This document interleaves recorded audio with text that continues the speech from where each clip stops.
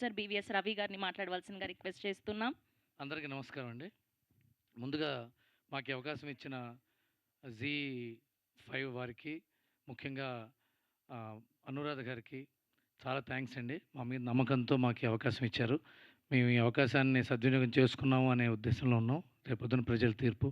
అలాగే వాళ్ళ టీంలో జయంత్ గారు, హిరణ్మయ్య గారు, మా మార్కెటింగ్ టీమ్ శ్వేత గాని వీళ్ళందరూ మాకు ఎంతో వెన్నుండి చాలా సహకరించారు. ఇకపోతే సిరీస్ గురించి మీకు చెప్పాలి. ముందుగా ఈ సిరీసు స్టోరీ రైటర్ శోభన్, అతనితో పాటు మా డైలాగ్ రైటరు చాణక్యవర్మ వచ్చి ఈ కథ మాకు చెప్పారు. ఈ కథ మాకు వినమని మా ప్రదీప్ గారు, ప్రదీప్ అంటే నాకు మళ్ళా బయోపిక్ అని కాదు, నాకు తమ్ముడికి కొడుక్కి మధ్య నాకు ఆ స్పేసు. ఇతనంత డిసిప్లిన్, ఇతనంత డెడికేటెడ్ డైరెక్టరు నాకు 30 ఏళ్ళు, వచ్చే సంవత్సరంతో 30 ఇయర్స్ ఇండస్ట్రీ. నేను ఇలాంటి వ్యక్తిని నేను చూడాల.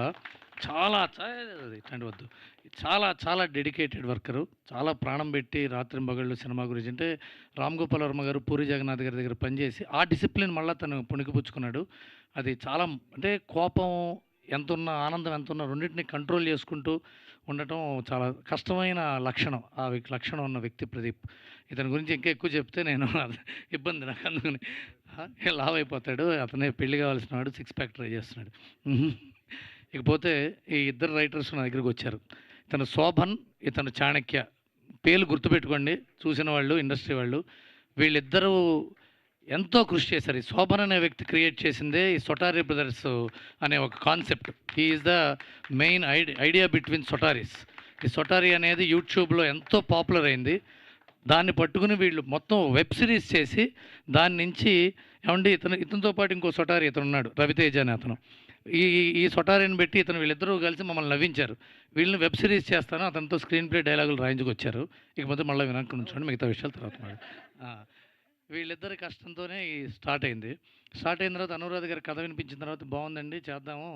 ఈ కోడి పోవటం ట్రైలర్ చూసుంటారు. ఒక పెద్ద రాజుగారు, గజపతి రాజు గారు అని ఆయన కోడి పోవటంతో ఆ కోడిని పట్టుకోవడానికి ఇద్దరు బడుద్దాయి పోలీసులని, క్యారెక్టర్స్ తీసుకొచ్చారు. ఇది కథ. దీంట్లో ఆల్రెడీ రవి సొటారి అతన్ని, రవితేజ అనే అతన్ని కాస్ట్ చేసాం. ఈ పక్కనే ఇంకొక యాక్టర్ని ఎవరిని పెట్టాలి, అతనిది మెయిన్ క్యారెక్టర్. ఫస్ట్ 2 సీన్లలో రవి సొటారి తెలివైన వాడైతే, ఆ తర్వాత చూసారా ట్రైలర్లో వ్యాలెట్కి పరిస్థితికి తెలియకపోయినప్పుడు అర్థమైంది. అక్కడి నుంచి టేకప్ చేయాలి. ఆ క్యారెక్టర్ ఎవరు చేస్తే బాగుంటుంది అంటే మాకు జీ నుంచి గెటప్ సీన్ గారు అని మమ్మల్ని మాకు డిస్కషన్ జరిగింది. నాకు గెటప్ సీన్ అంటే చాలా ఇష్టమైన యాక్టర్. చాలా బ్రిలియంట్ అనే పదం ఊరికే వాడేస్తుంటాం మనం. బ్రిలియంట్ యాక్టర్ అండి, బ్రిలియంట్ రైటర్ అండి, బ్రిలియంట్ కెమెరా. బ్రిలియంట్ అనే దానికి డెఫినిషన్ మన గెటప్ సీన్ యొక్క పర్ఫార్మెన్స్. సీన్‌ని అర్థం చేసుకుని, టైమింగ్‌ని అర్థం చేసుకుని, దాన్ని ఇక్కడ డెలివర్ చేయాలి. ఎంత అలవోకగా యాక్టింగ్ చేయటమే యాక్టింగ్ అంటే. నేను యాక్టింగ్ చేస్తున్నా చూడండి అని చెప్పడం యాక్టింగ్ కాదుగా. నేను యాక్టింగ్ చేయట్లేదేమో, వీడు నిజంగా జీవిస్తున్నాడేమో అని చేసేంత గొప్ప నటుడు గెటప్ సీను. ఈ గెటప్ ఇతన్ని చూసే ఇతనేమో అసలు ఓవర్ యాక్టింగ్‌కి కేర్ ఆఫ్ అడ్రస్. సారీ, మీ స్టైలే అది. ఆయనేమో అలవోక. వీళ్ళిద్దరికి మ్యాచ్ ఎట్లా అవుతుంది? ఇతనేమో చాలా చేదుగా చేస్తున్నాడు, అతనేమో అలా చేస్తున్నాడు. మరి ఎట్లా కొంప తీసుకొని పులిహోర అయిపోతామేమో అని మొదట భయమేసింది నాకు మొదటి రోజే.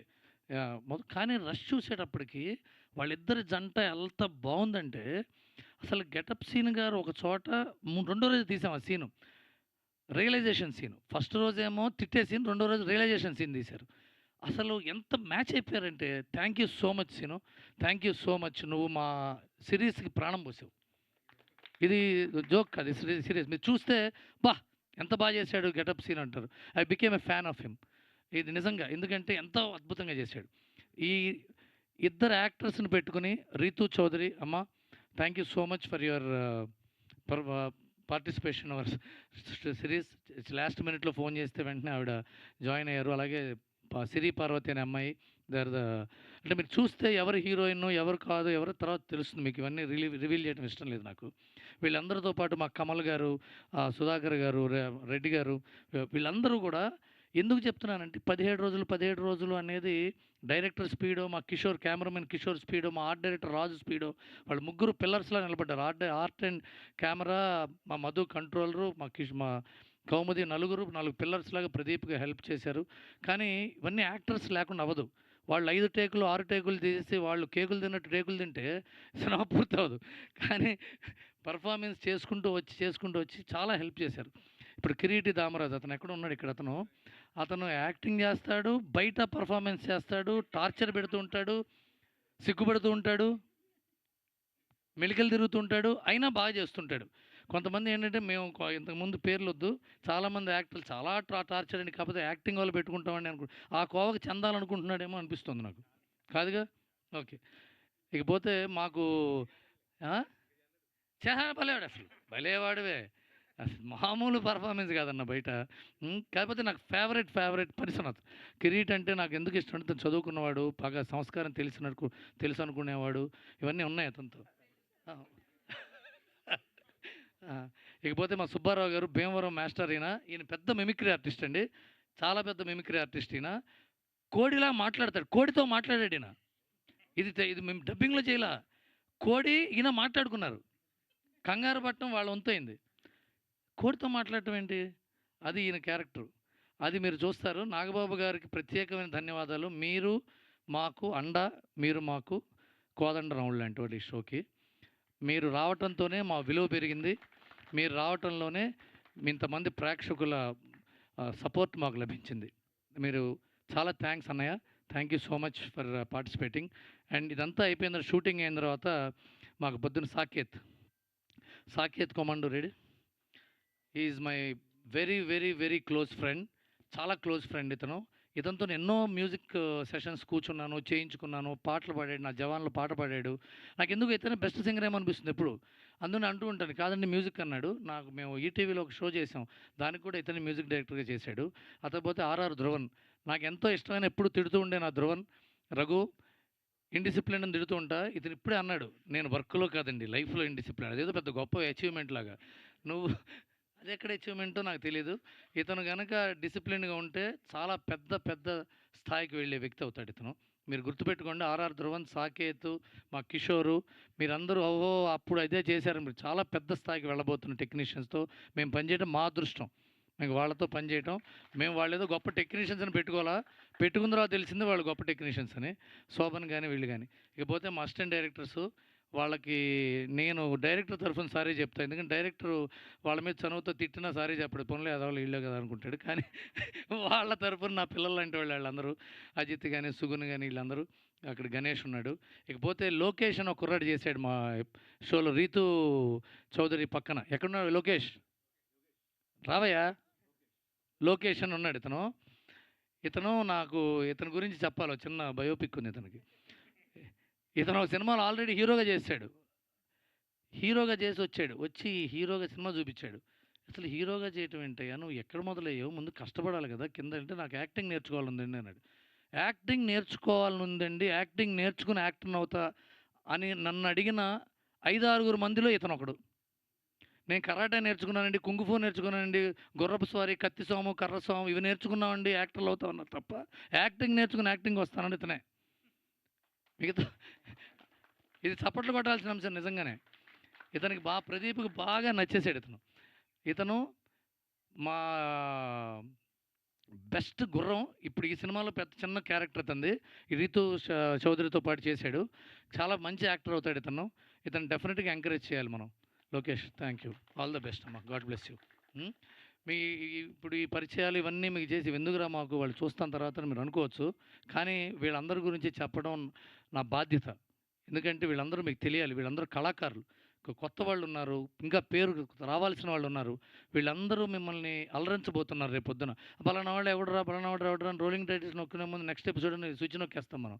రోలింగ్ టైటిల్స్ రావు, ముందు టైటిల్స్ రావు కదా వెబ్ సిరీస్లో. కానీ వాళ్ళందరి గురించి ఇక్కడే ఇదే వేదిక చెప్పడానికి. మా మేకప్ మ్యాన్ అమ్మాయి ఉంది, శిల్ప అని. ఆ అమ్మాయి రాత్రి మగళ్ళు పిల్లని వదిలేసి వచ్చి ఇక్కడ మాతో పాటు కూర్చుంది. థ్యాంక్ యూ అమ్మ. శిల్ప, ఎక్కడున్నావు నువ్వు? సో మా అసిస్టెంట్ డైరెక్టర్స్, మా టెక్నీషియన్స్, చీఫ్ టెక్నీషియన్స్ ఎప్పుడు నిరంతరం వార్తా స్రవంతిలాగా మా డైరెక్టర్ గారి చేత తిట్లు తినడమే తన జీవిత విధానం అనుకునే మా రాజ్ కుమార్ గారు. అంత నవ్వద్దమ్మా, మైక్ డిస్టర్బ్ అవుతుంది. అది రాజు రండి. వీళ్ళందరితో పాటు నాకు బెస్ట్ రండి రాజ్ కుమార్. వీళ్ళందరితో పాటు నాకు బెస్ట్ ఫ్రెండ్ ఉన్నాడండి నా ఇండస్ట్రీలో. గోపాలకృష్ణ విద్మహే అని పేరు పెట్టుకున్నాడు. అతని పేరు గోపాలకృష్ణ. తను విద్మహే అని ఏదో పెట్టాడు. ఇది వెరైటీ కదా ఈ మధ్య. కరుణశ్రీ, అరుణశ్రీ, శ్రీశ్రీ లాగా, శిరాశ్రీ లాగా. ఇతను నాకు ఎందుకు ఇష్టం అంటే బాగా చదువుకున్నవాడు. అంటే చదువు అంటే బీఏలు, బీకామ్లు కాదు. పుస్తకాలు బాగా చదువుకున్నవాడు. తిలక్కని చదువుకున్నవాడు, కొడవటిగంటి కుటుంబరావు చదువుకున్నవాడు. వీళ్ళందరి గురించి చదువుకున్నవాడు ఇతను. ఇతనికి కళ తెలుసు, రచన తెలుసు, సాహిత్యం తెలుసు.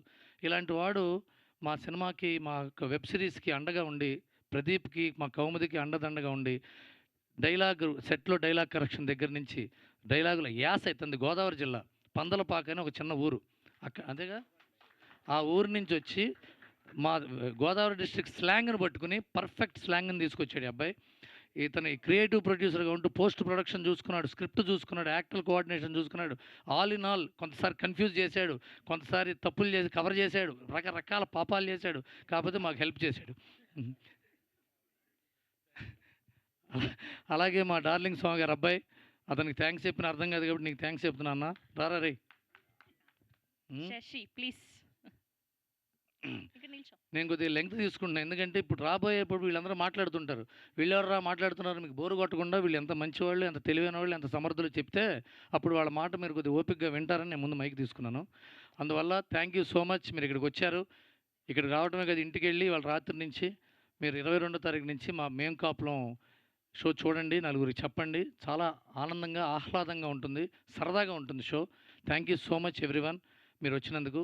టీవీ మాధ్యమాల ద్వారా చూస్తున్న వాళ్ళు కానీ, వెబ్ సిరీస్ వెబ్ మాధ్యమాల ద్వారా చూస్తున్న వాళ్ళకి కానీ మీరు ఈ షో చూసి విజయం చేకూర్చాల్సిందిగా ప్రార్థిస్తున్నాం. అలాగే మా మీడియా సోదరులు, మై బెస్ట్ ఫ్రెండ్స్, వీళ్ళందరూ నాతో పాటు పెరిగారు, నాతో పాటు ఉన్నారు. వీళ్ళందరికీ థ్యాంక్స్ అన్న, మీరు రావటం.